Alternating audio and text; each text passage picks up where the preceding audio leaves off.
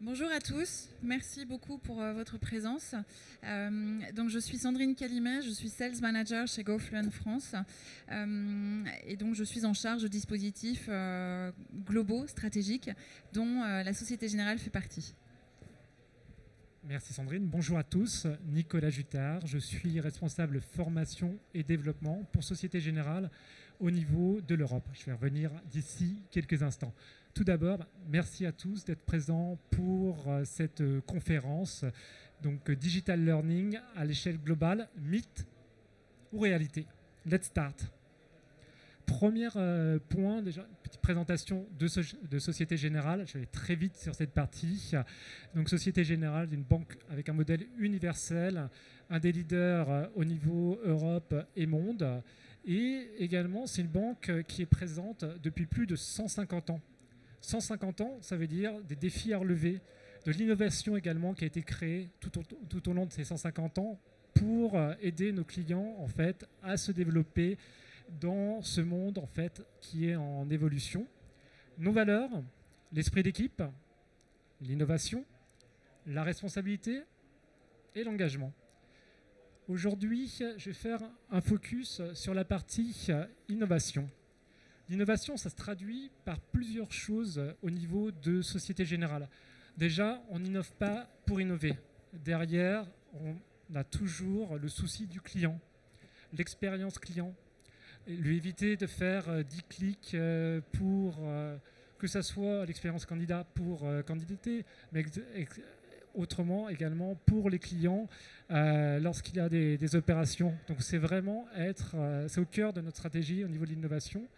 Innovation sur la banque digitale, sur le mobile. Et vous pouvez voir dans ces exemples, pas uniquement en France, mais à travers le monde. Également des innovations sur la sécurité, qui est une priorité pour nous, et également les nouvelles technos, que ce soit donc le big data, l'intelligence artificielle. En venant tout à l'heure, j'ai pris le métro et il y avait une publicité qui marquait « Mon fils, tu seras banquier » et elle était barrée, c'était marqué « Mon fils, tu seras web designer ». Je peux vous dire qu'on peut passer être banquier, puis peut-être web designer, parce que nos métiers, ils évoluent et on a besoin d'être là, en fait, pour accompagner l'évolution des métiers. Quelques exemples également, en fait, des modes de collaboration au niveau de Société Générale. Et donc, en fait, on travaille de cette manière. On a lancé également des calls pour créer des startups internes et on les aide à se développer. Certaines maintenant vivent de leurs propres ailes. Certaines ont été internalisées, d'autres sont externalisées et maintenant se développent grâce à l'aide de Société Générale. Et donc, de notre côté, la stratégie learning et développement, eh bien, il faut qu'elle se base également sur l'innovation et également il faut qu'elle réponde aux besoins en fait, de nos business partenaires. Un petit focus sur mon périmètre. Je suis en charge de la partie européenne. Ça représente environ 4400 personnes à travers l'Europe avec des challenges qui sont importants. Déjà, une multiplicité de métiers qui sont en évolution. Un métier, par exemple, en banque d'investissement, au niveau du trading, il évolue de manière exponentielle avec l'intelligence artificielle, le big data, ça c'est un exemple. Les réglementations également qui ont des gros impacts au niveau du secteur bancaire et également une multiplicité de personnes avec également des backgrounds différents. C'était un challenge pour moi, je vous le dis au départ, de travailler avec des personnes qui sont en Italie, en Allemagne, en Autriche, en Pologne, parce qu'on a tous des cultures qui sont différentes. Certes, culture Société Générale, je vous ai donné tout à l'heure les 4 modus, mais il faut aussi prendre en compte la culture locale et dans notre stratégie learning également. La stratégie, tout d'abord, j'ai voulu le préciser, lancer la stratégie par ça sur les exigences réglementaires au niveau du secteur bancaire, les exigences bien sûr toujours à destination des clients pour protéger leurs avoirs, et également sur le conseil, c'est-à-dire qu'il y a peut-être encore 5-10 ans, quand nous étions audités, ce soit auditeurs internes, externes, on regardait simplement si les personnes avaient fait les formations lutte contre le blanchiment, la corruption. Bien sûr, c'est le pilier, c'est normal, il faut commencer par là. Mais de plus en plus, on voit que les réglementations et les régulateurs s'intéressent également aux formations soft skills. Qu'est-ce que vous avez mis en place dans vos entreprises pour répondre à cela au niveau soft skills? Est-ce que vos commerciaux ils sont bien formés au niveau de la vente des produits, ce qui vendent un produit adéquat à la bonne personne? Et bien ça, c'est un enjeu également pour nous qu'il faut prendre en compte. Le deuxième point, c'est l'anticipation et l'évolution des métiers. Être en anticipation et pas en réaction. Et pour cela, en fait, il faut être sur le terrain. J'ai mon bureau qui est au niveau du département ressources humaines, mais je suis très très souvent en contact avec le terrain, les business partenaires au niveau de la RH, mais les métiers, pour savoir voilà, concrètement quelles sont les évolutions au niveau des métiers, prendre contact avec les départements digitaux, innovation, mais le métier qui me disent OK, si je lui pose la question, quels sont les changements dans votre métier à 5-10 ans, pas sûr qu'il puisse me répondre, mais à 2-3 ans, oui, là, on a quand même une vraie vision et on va pouvoir travailler sur l'upskillisme, sorry pour le franglisme, et le reskills des compétences. Ça, c'est une chose, vraiment travailler sur les compétences, développement des compétences. Et je parlais du business, mais on travaille également avec l'ensemble des apprenants. Parce qu'en fait, l'apprenant, il faut vraiment qu'il soit acteur de son développement. Et pour ça, il faut lui donner du sens. Il faut lui donner du sens, il faut qu'il soit curieux également. Parce que les métiers, ils évoluent. Et pour moi, je suis très content quand un collaborateur me dit bah là, j'avais besoin de me grader sur une petite compétence et qui m'a dit bah voilà, je ne me souvenais plus comment on faisait un tableau croisé dynamique, un pivot table, et qu'il a utilisé ceci, qu'il était sur YouTube et qu'il a regardé un petit tutoriel. Eh bien, ok, ça ne rentre pas dans mes statistiques de mon learning management system, mais là, je vois que la personne, elle a pris le soin d'aller chercher l'information. Et ça, c'est déjà super. Et OK, on ne peut pas tout saisir dans nos learning management systems, mais je vois en fait que la personne, elle a pris le temps pour se former. C'est un petit exemple, mais c'est vraiment cette culture qu'on veut développer. Et bien sûr, on est là également pour les aider, pour faciliter en fait l'apprentissage, que ce soit sur du micro-learning ou sur des compétences plus lourdes.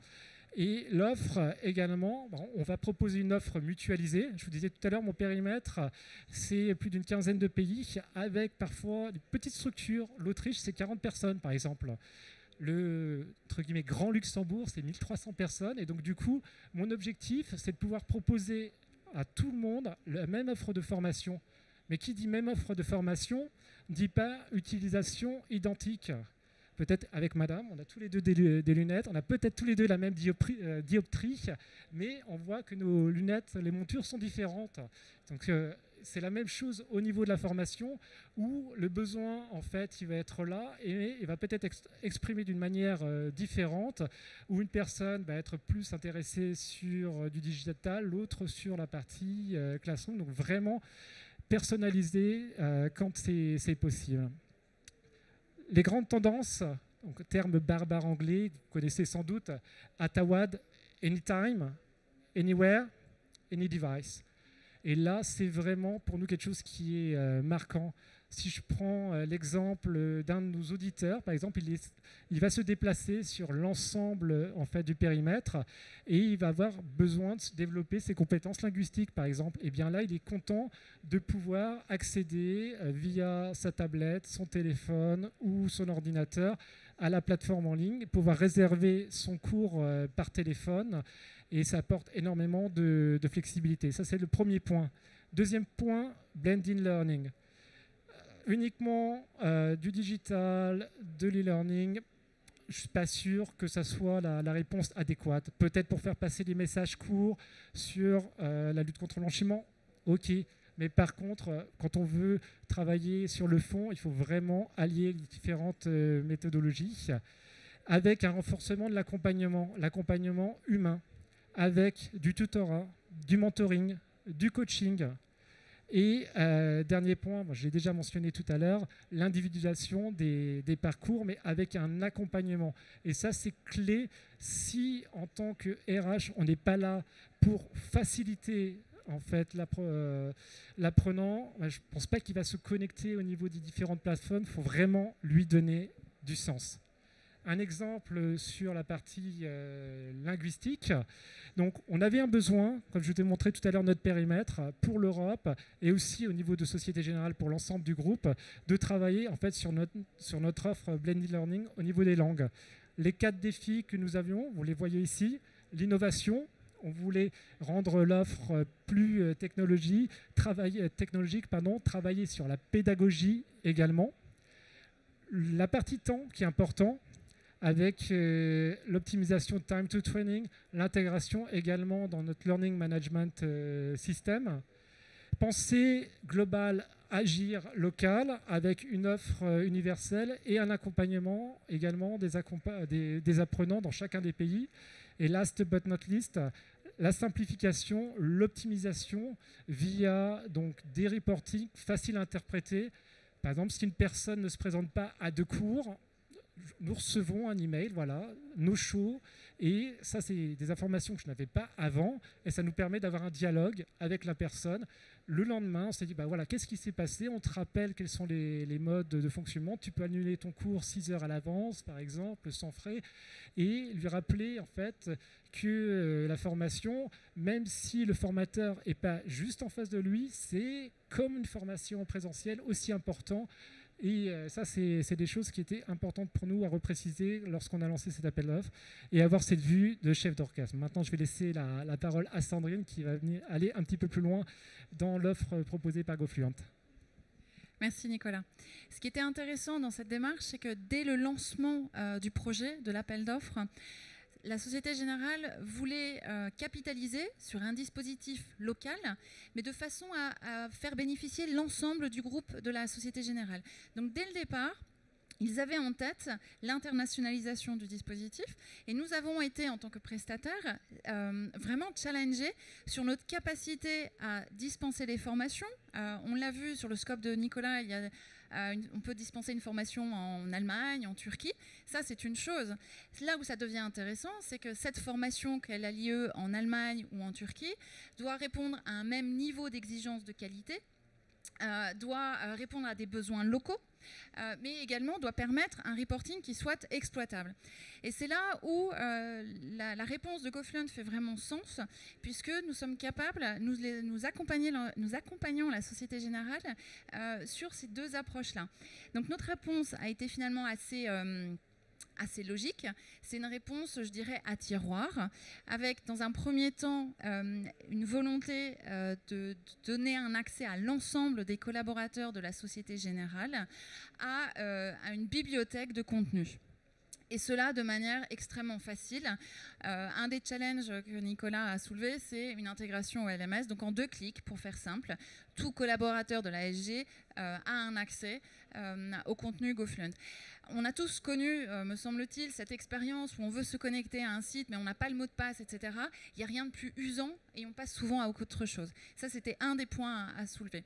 Donc, grâce à cet accès libre, soit je peux me former à un instant T sur une compétence parce que j'ai ce besoin-là ou j'ai cette envie-là, mais si je le souhaite, je peux aussi m'engager dans un parcours de formation un petit peu plus intensif. Donc c'est un parcours guidé. On l'a vu et ça coule vraiment sous le sens, il est important que ces contenus soient accessibles où que vous soyez, sur n'importe quel device. Et là aussi, je pense qu'on a tous posé la question de si on suit une formation mais c'est pas le bon niveau, ça répond pas à un besoin, c'est fatigant, c'est usant, c'est pas motivant. Donc notre objectif, c'est de dispenser du contenu, des formations que vous pouvez directement mettre en application dans votre professionnel, dans votre quotidien professionnel. Parce que finalement, si on se rend compte que oui, je me dégage du temps, ce qui est pas facile dans nos agendas surchargés, mais je suis plus à l'aise pour répondre à un email, je prends plus facilement la parole dans une conférence téléphonique, je vois l'intérêt. Ça fait sens. Ma formation fait sens par rapport à mon quotidien, par rapport à moi. Et dernier point, je pense qu'on a tous conscience qu'on n'apprend pas uniquement quand on est en formation. On apprend aussi au contact des uns et des autres. C'est pour ça qu'on met à la disposition des collaborateurs des classes de conversation où vous êtes connectés avec d'autres collaborateurs, pas que de l'ASG, du monde entier. Et donc, vous travaillez votre interculturalité, vous travaillez votre oreille, vous êtes en contact avec des accents différents. Donc, à travers cette première brique, ce socle, on voulait renforcer cette culture du learning au sein de la Société Générale. Donc on l'a vu, ça c'est le premier socle. Ensuite, certains collaborateurs ont besoin de cranter, ont besoin de progresser, de travailler leur employabilité. Ils ont une évolution professionnelle en tête. Donc pour ces personnes-là, et en se basant sur les besoins les besoins propres à chacun, grâce aussi au travail au relais avec Nicolas, on vient ajouter sur ce socle une brique de cours par téléphone, de cours individuels, une brique de tutorat écrit. L'idée, encore une fois, c'est d'offrir un parcours qui réponde vraiment à mon besoin, qui va vraiment faire sens sur ma formation. Évidemment, on est sur du multimodal, ça faisait partie des challenges que nous a lancé, on va dire, la Société Générale. Mais il y a un des éléments qui est clé dans cela et qui fait d'ailleurs partie de l'ADN de GoFluent. C'est difficile, je ne dis pas que c'est impossible, mais c'est très difficile sans interaction humaine. L'interaction humaine va se faire à plusieurs niveaux. Au niveau du collaborateur, de l'apprenant. On a toute une armada d'équipes chez GoFluent qui va encourager le collaborateur à démarrer sa formation. Ça, à la limite, c'est presque simple parce qu'on est plein de bonne volonté, on a un projet, on a envie d'y aller, il y a peut-être un peu de curiosité, donc on y va. Là où ça devient plus challenging, c'est aller jusqu'au bout de sa formation. C'est un peu comme dans le sport. Au début de l'année, on est motivé parce qu'on est passé par les fêtes, on va courir. Bon, au bout du 2e mois, c'était un petit peu plus difficile d'aller se motiver. Pour les formations, c'est exactement la même chose. Donc, on a mis en place une équipe qui s'appelle l'équipe pédagogique, qui va s'assurer, un peu comme un coach particulier, que tout se passe bien, que vous revenez sur votre formation, que le contenu est adapté. Et l'interactivité humaine se fait aussi entre nous, puisque nous apportons des éléments de benchmark, soit au niveau de la Société Générale avec les autres pays, soit avec d'autres prestataires, pour toujours nourrir cette réflexion. Qu'est-ce qu'on peut faire de mieux? Et ça passe aussi d'une manière un petit peu plus opérationnelle, je dirais, par des reportings, pour justement savoir ce qui se passe concrètement. Est-ce qu'on investit au bon endroit? Est-ce qu'on a le bon retour sur investissement? Bref, au final, ce qu'on offre, ce qu'on veut offrir à la Société Générale, c'est une formation qui soit agile, mais également engageante. Alors, concrètement, qu'est-ce que ça a donné? Alors, en termes de bilan, on l'a vu, le scope de Nicolas, il y a plusieurs pays, il y avait plusieurs approches, donc finalement, on ne sait pas trop comment c'était avant. On avait une vague idée des dépenses, des reportings, mais ce n'était pas forcément très clair. Aujourd'hui, on est en mesure d'apporter à Nicolas et aux équipes L&D exactement ce qui se passe, dans quel pays, comment cela se passe, etc. Ah oui, alors absolument. Mais sur la partie reporting est valable au niveau du groupe Société Générale. Cette histoire de reporting se fait aussi au niveau local. Mais effectivement, sur les chiffres que je mentionne là, on a triplé quasiment, plus que triplé le nombre de personnes qui sont en formation. Mais également, et c'est là où pour moi c'est intéressant et j'aime bien le partager avec vous, c'est qu'on a aussi augmenté le nombre d'heures de formation. Ça veut dire quoi? Ça veut dire que quand je viens suivre ma formation, on est dans la partie je suis curieux, je veux voir ce que ça donne. Mais je reviens. Et c'est là où ça montre que le dispositif mis en place avec l'aide de Nicolas fonctionne et répond à un vrai besoin. Alors, ça peut paraître simple, ça l'est.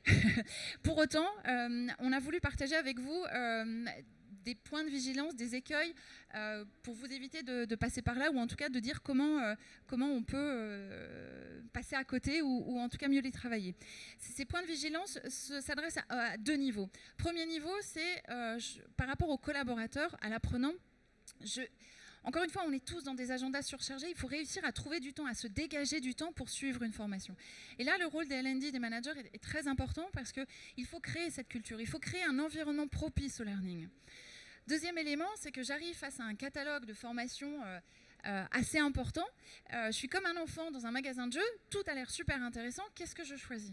Et là aussi, le rôle des managers des L&D est vraiment important parce que c'est avec eux, avec son manager, qu'on peut définir mes priorités. Quels sont les enjeux? Comment je peux anticiper les besoins de demain? Deuxième niveau de point de vigilance, c'est plus au niveau des L&D qui, encore une fois, dès le départ, ont pensé à un dispositif qui allait pouvoir se déployer au niveau de tout le groupe et pas seulement sur mon scope. Et qui soit aussi adaptable, parce que le dispositif qui a été mis en place il y a 2 ans est un petit peu moins accurate maintenant, et demain il le sera encore moins. Donc encore un besoin de s'adapter. Et dernier point, et je pense que c'est ça qui fonctionne vraiment très très bien sur l'ASG, il est primordial de répondre à un besoin local et pour cela de s'appuyer sur vos relais locaux. S'ils sont engagés, entre guillemets, ils joueront le jeu. Et surtout, c'est eux qui ont la connaissance du terrain et qui vont le remonter. Dernier point qui ressort peut-être pas ici ni dans notre présentation, ce qui est important, c'est d'animer. Vous avez une communauté d'apprenants, il faut la minimer. Sinon, ça va faire comme en cuisine, le soufflet va retomber et vous aurez fait tout ça pour rien. Je vais laisser la phrase de conclusion à Nicolas sur la question qu'on vous a posée au début. Alors, digital learning, mythe, réalité, eh bien pour moi, c'est une réalité, mais c'est une réalité qui doit être accompagnée, comme le disait tout à l'heure Sandrine, en local, avec des relais, si vous voulez en fait atteindre votre objectif. Ça, c'est la première chose. C'est une réalité également qui doit être combinée avec également d'autres modalités. Et tout dépend le besoin. Et il ne faut pas croire, parce que parfois, certains CEO me disent, voilà, on va lancer le digital, on va résoudre toutes les solutions en termes de learning. Je leur dis non. Nous ne sommes pas avec la baguette magique, les magiciens. On a besoin de vous, de voir quel est le besoin. Parce que si on n'a pas au départ bien identifié le besoin, si vous avez le meilleur des systèmes, ça ne fonctionnera pas. Donc identifier le besoin, combiner entre le présentiel et le digital et accompagner. Voilà, avec des relais locaux. Merci beaucoup pour votre attention. Merci Nicolas, merci Sandrine pour cette belle présentation. Maintenant, phase questions et puis réponses, bien sûr. Première question. Je le sens. Voilà, c'est madame. Merci pour la présentation, c'était très intéressant. J'avais une question au niveau de, si vous pouvez donner plus de détails sur la partie globale, locale, c'est-à-dire la personnalisation versus quand même des demandes que vous avez vues, vous, en global. Comment vous avez réussi à combiner les deux? Vous avez parlé du reporting en disant que c'était possible, mais voilà, concrètement, qu'est-ce que ça voulait dire pour les gens dans les pays? Merci. Alors, global, local. Je vais reprendre l'exemple, un tout petit périmètre, Autriche, avec 40 personnes. Donc, le global, ça veut dire leur proposer la même offre de service, qu'on soit dans une entité, il y a 40 personnes, ou au siège à la Défense, qu'ils aient accès au même niveau d'information. Le local, ça va être de prendre contact avec les managers, faire un roadshow avec les apprenants pour voir où est le besoin, comment on va pouvoir les aider. Vous aviez la question sur le terme de reporting. On a également des reportings qui sont personnalisés pour que la personne, par exemple en Autriche, la personne a une partie de sa casquette RH, une autre partie de sa casquette finance. C'est une petite entité. Et pour lui, la partie RH, c'est pas toujours évident, mais c'est lui faciliter la vie. C'est-à-dire que le central vient lui faciliter la vie, lui dire, ben voilà, quelles sont les données pour ton entité, comment on pourrait t'aider, comment on peut te conseiller pour pouvoir développer cette activité. Voilà. Alors, le contenu est le même. Après, tout dépend. Là, si je prends le cas de l'Autriche, on va avoir des besoins d'apprenants qui vont vouloir se développer en allemand, d'autres en anglais. Nous sommes un groupe français, le français également, et on va leur proposer en fait ces contenus. Mais le contenu est identique sur la partie digitale et sur la partie cours par téléphone. Là, bien sûr, le formateur va s'adapter à la demande en fait de l'apprenant. Très bien. Donc, une prochaine question. Je le sens par ici. Oui. Non, c'est là, oui. Je peux faire juste un petit constat rapide. Hein. C'est parce que j'ai fait partie de la Société Générale pendant quelques mois, une maison que je connais bien. Et je l'ai utilisé et ça marche super bien. Voilà. C'est plus un témoignage. Je l'ai toujours sur mon téléphone, ça marche super bien. Super. Ah, merci beaucoup. Merci à vous. Je n'étais pas du tout préparé. Voilà, Hein. C'est la Je ne connais pas monsieur. Hein. Meilleure intervention de la matinée. Il y a d'autres témoignages comme celui-là. Merci. Est-ce que par hasard, vous avez utilisé le dispositif CPF pour l'accès aux langues? Étant donné que je suis sur le périmètre européen, non. Mes collègues français utilisent le dispositif CPF. Et là, je pense que je vais laisser Sandrine répondre. Absolument. Sur la partie France, effectivement, il y avait toute une volonté à ce que les collaborateurs de SG France mobilisent leur CPF. Ça permettait quoi? Ça permettait aussi d'avoir des parcours de formation qui soient peut-être un peu plus intensifs, parce qu'il y a aussi forcément un impact sur le budget. Donc absolument, sur le périmètre France, on a mis en place le dispositif CPF. Bien sûr, certification, absolument. Certification en fin de parcours obligatoire. Très bien. Donc, une dernière question. Sinon, on va installer la prochaine intervention. Oui. Oui. Merci. Oui, Nicolas, au début de votre intervention, vous avez parlé de rendre le collaborateur acteur de son développement. J'imagine que les motivations doivent être assez diverses. Donc, comment est-ce que vous arrivez à stimuler les gens pour faire une formation? Alors ça, c'est une excellente question. Et en fait, pour moi, la formation, il faut qu'elle réponde à un besoin.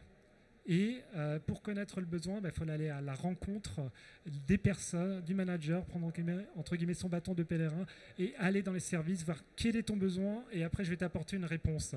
Et parfois, je suis L&D, mais quand je commence à parler avec la personne, le besoin, ou parfois facilement le manager va dire « Ah, le besoin, c'est de la formation ».